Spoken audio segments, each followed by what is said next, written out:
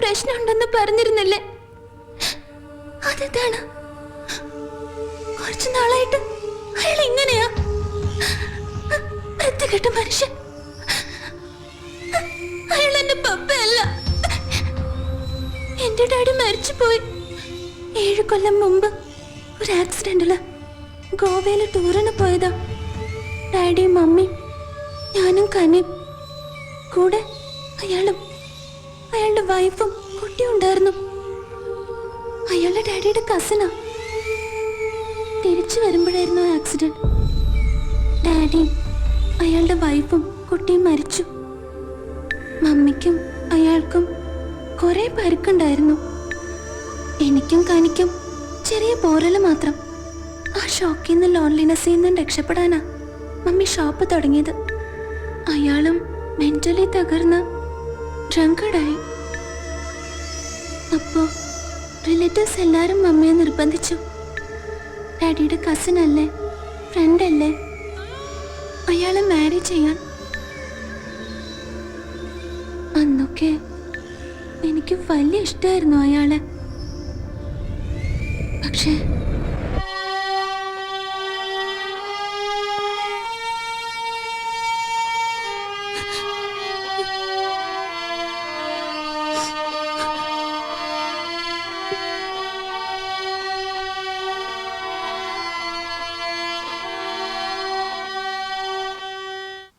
വാ, നിധിയെ ഇപ്പൊ ഇങ്ങോട്ടൊന്നും കാണാറില്ലല്ലോ. ഇരിക്ക്. ഇല്ല, ഞാൻ അവിടെ ഇരുന്ന് ബോറടിച്ചപ്പോ നന്നായി പ്ലേ ചെയ്തോണ്ടിരുന്ന ഇയാള് വെറുതെ നിർത്തി അല്ലേ? അത് പിന്നെ മടി. അതിലും മടിയാ ഇപ്പൊ അനിയത്തി കുട്ടിക്ക് അല്ലേ കനി?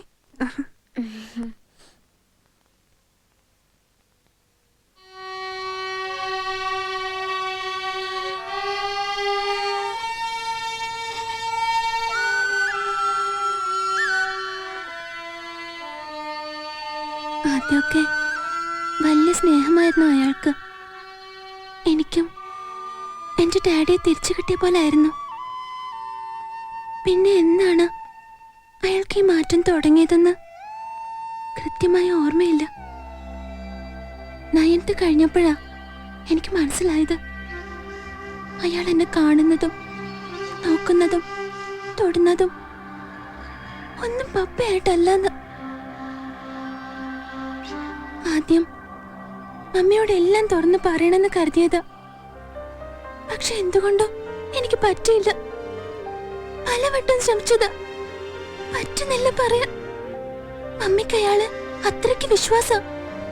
എന്റെ ഡാഡിയെ പോലെ തന്നെ അയാൾ ഒത്തിരി നല്ലതെന്ന മമ്മി എല്ലാരോടും പറയാ. അല്ലാന്ന് മമ്മി അറിയുമ്പോ എന്തായിരിക്കും മമ്മിയുടെ അവസ്ഥ? അത് ഓർക്കുമ്പോ എനിക്ക് പേടിയാ.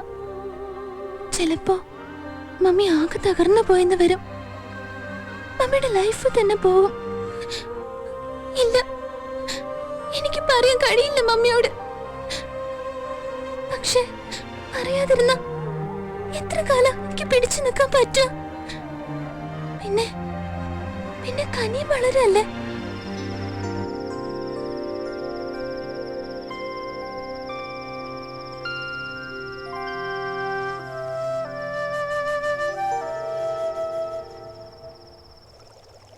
വേഗം മമ്മി, എനിക്ക് വിശക്കണു.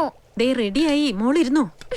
മമ്മി ഷോപ്പ് അടിച്ചു വന്നിട്ട് ഭക്ഷണം ഉണ്ടാക്കുന്ന ഈ ഏർപ്പാട് നിർത്തണം. മനുഷ്യൻ ഇവിടെ വിശന്ന് ചാവും. രണ്ടുപേർക്കും ഉണ്ടാക്കി കഴിക്കായിരുന്നല്ലോ. സാധനങ്ങളൊക്കെ ഇവിടെ ഉണ്ട്. അതെങ്ങനെയാ? ഒരു മടിച്ചല്ലേ കൂടിയുള്ളത്.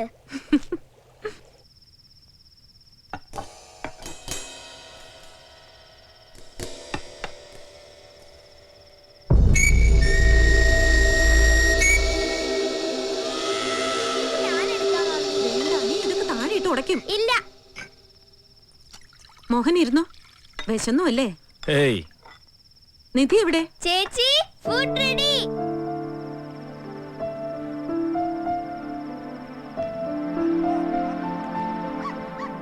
ഒരു ഹാപ്പി ന്യൂസ് ഉണ്ട്.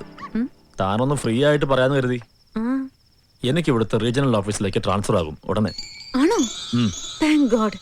ഇനി ആഴ്ചയിൽ 100-300 കിലോമീറ്റർ ട്രാവൽ ഒഴിവായി കിട്ടുമല്ലോ. എന്നും വീട്ടിലുണ്ടാവും ചെയ്യും. ഈവനിങ് 6 to 8 ഇവിടെ കുട്ടികൾ തനിച്ചാവുന്നതിന്റെ ടെൻഷൻ അതും മാറിക്കിട്ടും. മോളെ വന്ന് കഴിക്ക്. നീ കേട്ടോ, പപ്പയ്ക്ക് ഇങ്ങോട്ട് ട്രാൻസ്ഫർ.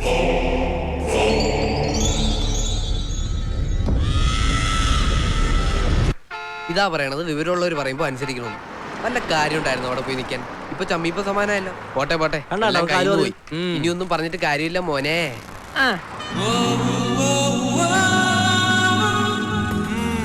നിന്റെ ടൈമിംഗ് ആടാ ബെസ്റ്റ് ടൈമിംഗ്.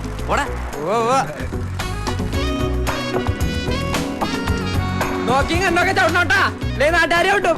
ഓടാ വെള്ളപ്പന്നി. ചുമ്മാ എന്താ മൂഡ് ഓഫ് ആയിരിക്കുന്നേ? നത്തിങ്.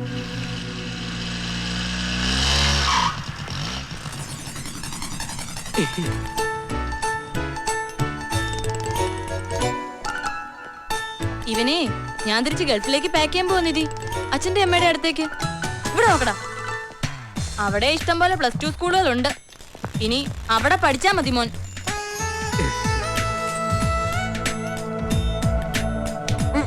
എനിക്ക് കൂട്ടിനെന്നും പറഞ്ഞ അച്ഛന്റെ അമ്മയുടെ അടുത്തുനിന്ന് ഇങ്ങോട്ട് വന്നത്. ഇപ്പോ ഒരു നേരം വീട്ടിൽ കാണൂല.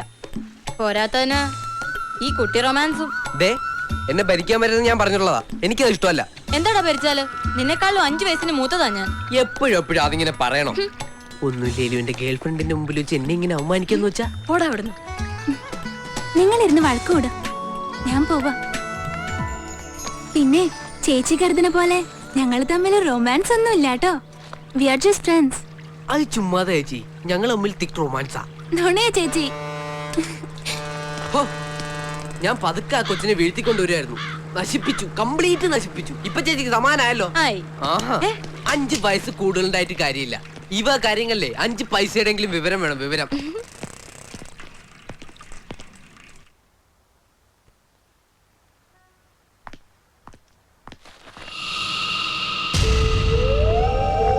മോളെത്തിയോ?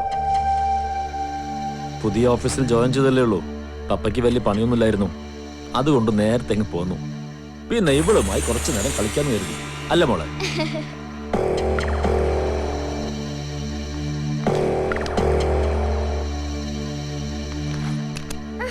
ഇതുവരെ യൂണിഫോം മാറ്റില്ലേ നീ? വന്നേ.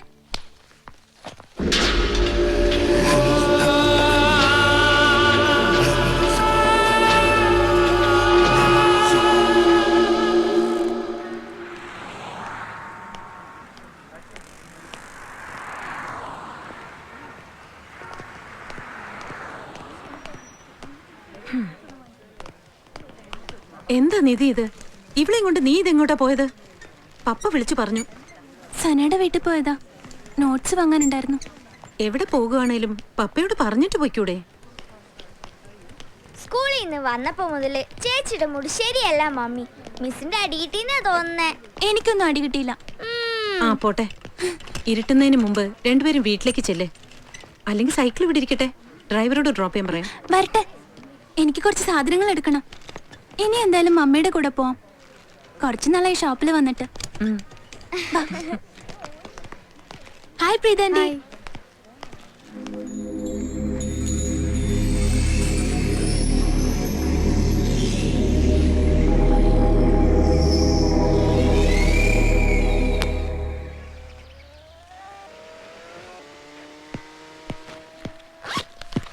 എടാ ചെറുക്ക, ഞാനിന്നൊരു പ്രോഗ്രാം കവർ ചെയ്യാൻ പോവാ. അതിന് ഞാനെന്തോണം തല ഉത്തിക്കണോ?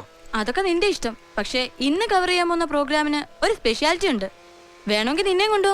ഞാനില്ലേ, ആ ഉണക്ക പ്രോഗ്രാം ടിവിയിൽ പറഞ്ഞ ദിവസം പറഞ്ഞാ മതി. അന്ന് എന്റെ ഫ്രണ്ട്സിനെയൊക്കെ വിളിച്ചൊന്ന് പറയാനാ. അബദ്ധത്തിനൊന്നും ടിവി ഓൺ ചെയ്ത് കളയല്ലേ എന്ന്. ഓക്കെ, എന്റെ ഉണക്ക പ്രോഗ്രാമിന് എന്തായാലും ഒരാള് കാണും. അതാര്? ഞാൻ അയാൾക്ക് ഐസ്ക്രീം വാങ്ങി കൊടുത്തിട്ടുണ്ട് ഒരു ദിവസം. ഒരു മരമണ്ടൂസും ഉണ്ടായിരുന്നു കൂടെ. ചേച്ചി പോയിട്ട് വരട്ടെ ചക്കരക്കുട്ട. വരുമ്പോ ചിലപ്പോ സന്ധ്യയാവും. നിന്നെ എങ്ങോട്ടാ പോകുന്നേ? ഒരു സ്കൂളില് അവരുടെ ജൂബിലിയാ. അച്ഛമ്മേ, ഞാൻ പോവാട്ടോ. ഈ ചെറുക്കനെ ഇന്ന് പുറത്തേക്ക് വിടണ്ട, അവർ റെസ്റ്റ് എടുക്കട്ടെ. ആ വാതിലൊക്കെ അടിച്ച് കുറ്റിയിട്ടേക്ക്. എന്താ ഇനി കാര്യം? ഒന്നുമില്ല അച്ഛമ്മേ, ഈ ചെറുക്കന്റെ ഓരോ വട്ട്. ഏത് സ്കൂളിലാ ചേച്ചി? സത്യം പറ. എന്റെ അനിയച്ചാരുടെ ഒരു ഗേൾ ഫ്രണ്ട് പഠിക്കുന്നുണ്ട് ആ സ്കൂളില്. അത്രേ അറിയൂ. അയ്യോ, ഞാനുണ്ട്. ഏയ്, ഇത് ഉണക്ക പ്രോഗ്രാമാ, മോൻ വരണ്ട. എന്തുടക്കായാലും വേണ്ടൂല, ഞാനുണ്ട്. എന്റെ പൊന്നേച്ചിയല്ലേ, ഒരു 2 മിനിറ്റ്സ് ഈ ഡ്രസ്സൊക്കെ മാറി ഞാൻ എത്തി. ഓ, എന്തൊരു സ്നേഹം പൊന്നേച്ചി. ആദ്യം എന്തായിരുന്നു ജാട? അത് കാര്യം അറിയണ്ടല്ലേ ചേച്ചി. സോറി. ഇങ്ങനെ സോറി പറഞ്ഞാ പോരാ, കാല് പിടിച്ച് സോറി പറയടാ. അത് വേണോ? വേണം, പിടിയടാ. Sorry sorry sorry.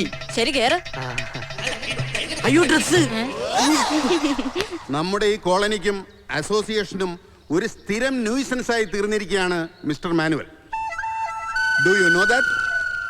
നിങ്ങൾക്കെതിരെ അസോസിയേഷന് കിട്ടുന്ന 17ാമത്തെ പരാതിയാണിത്.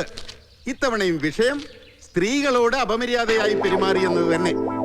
മിസ്റ്റർ മാനുവൽ G9 മിസ്സസ് അന്ന കുര്യന്റെ ഫ്ലാറ്റിൽ ചെന്ന് കയറി അവരോട് തോന്നിയാസം പറഞ്ഞു എന്നാ പരാതി. ഞാൻ അവരോട് പറഞ്ഞു തോന്നിവാസമല്ല.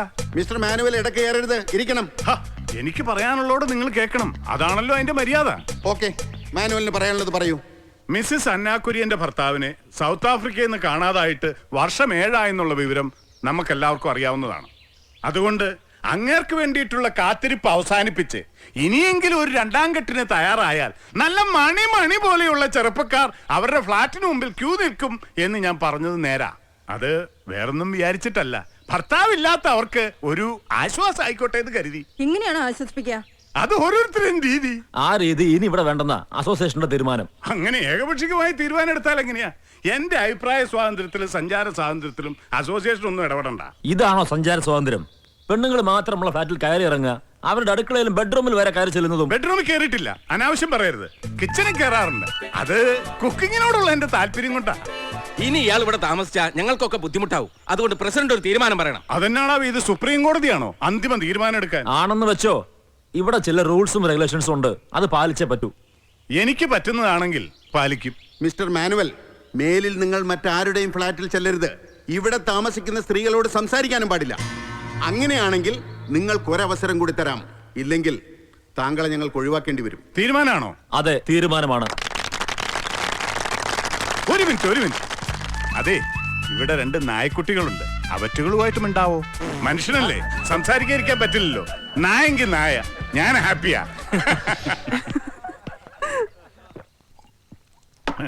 നീ എവിടെ എന്നെ എടുക്കോടാ ഗീവറീസേ? ഒരു സോഡ ഇങ്ങോട്ട് എടുക്ക.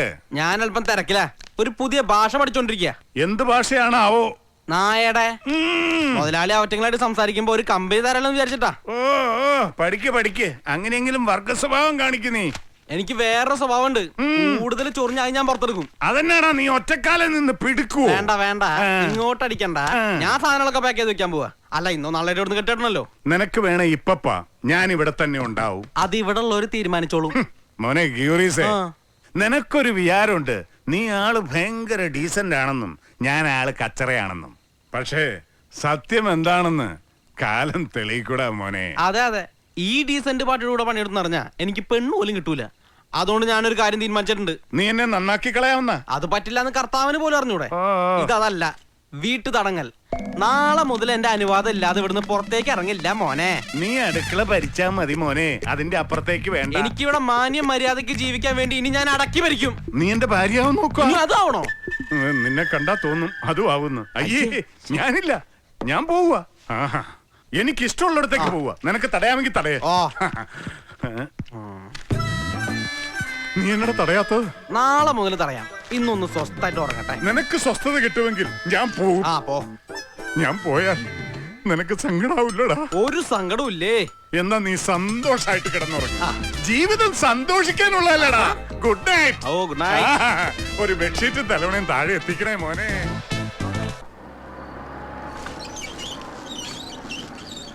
ഇപ്പോഴും എനിക്ക് സംശയം, ശരിക്കും ആരാ അവിടുത്തെ അരിവെപ്പുകാരൻ? സാറോ അതോ ഗീവർഗീസോ? ചിലപ്പോ ഞാനാവും. അവൻ മുതലാളിയും. ഇന്ന് അവൻ മുതലാളിയാ.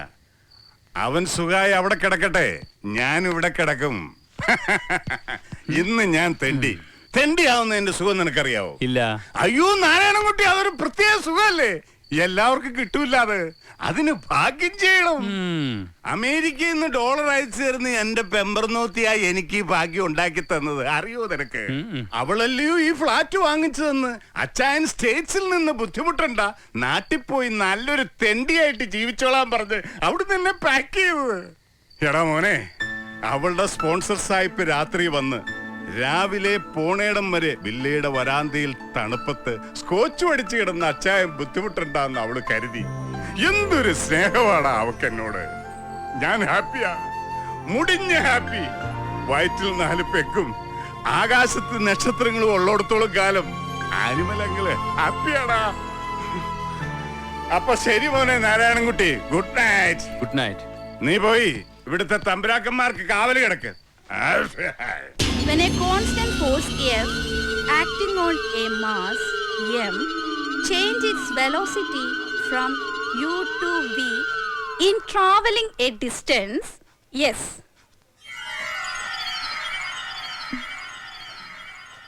then work done is equal to F into S.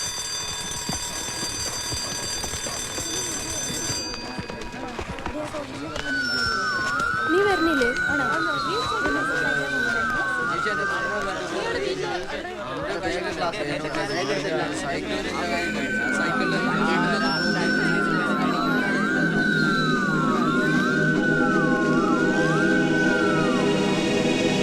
Nidhi, what's wrong with you? കുട്ടി ഏത് ലോകത്താ? ബെല്ലടിച്ചതും ക്ലാസ് കഴിഞ്ഞതൊന്നും അറിഞ്ഞില്ലേ? സോറി മാം, ക്ലാസ് തുടങ്ങിയപ്പോഴും ഞാൻ ശ്രദ്ധിക്കുകയായിരുന്നു. You are not attending the class and this is not the first time. എന്ത് ഭാവിച്ച കുട്ടി? Progress report കണ്ടല്ലോ അല്ലേ? വന്ന് ഈ ക്ലാസ്സിലെ ഏറ്റവും വീക്ക് സ്റ്റുഡന്റ് ആയിരിക്കും ഇയാള്. എന്താ പറ്റിയത് കുട്ടിക്ക്? നത്തിങ് നത്തിങ് മാം, സോറി.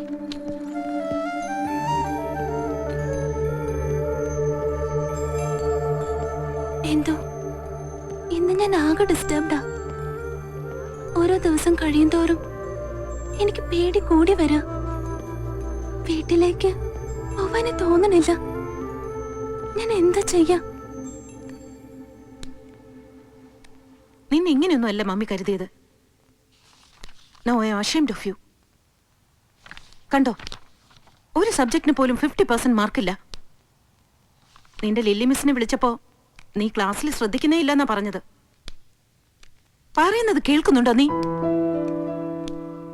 സാരമില്ല, അവള് കുട്ടിയല്ലേ. നെക്സ്റ്റ് ടൈമിൽ നല്ല മാർക്ക് വാങ്ങിച്ചോളും അല്ലേ മോളെ? മോഹൻ അറിഞ്ഞൂടെ, പണ്ട് ഇവളെ എന്ത് ബ്രൈറ്റ് ആയിരുന്നു. എല്ലാ ക്ലാസ്സിലും ഫസ്റ്റ് റാങ്ക് ആയിരുന്നില്ലേ? പോട്ടെ, പഠിക്കണ്ട, ഒന്ന് സ്മാർട്ടായിട്ട് നടക്കെങ്കിലും ചെയ്തൂടെ ഇവൾക്ക്? എന്താ നിന്റെ പ്രോബ്ലം?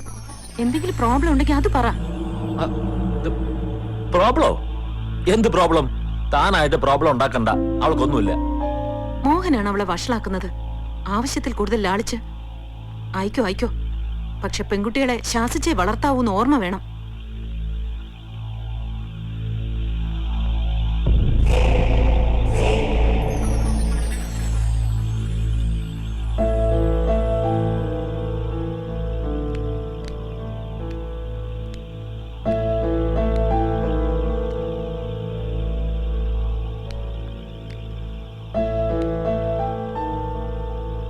മമ്മി പറഞ്ഞു പോയത് കേട്ടില്ലേ?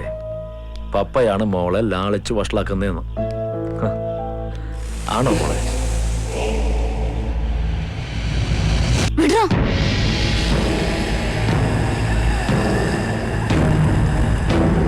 പറയും, എല്ലാം ഞാൻ മമ്മിയോട് പറയും.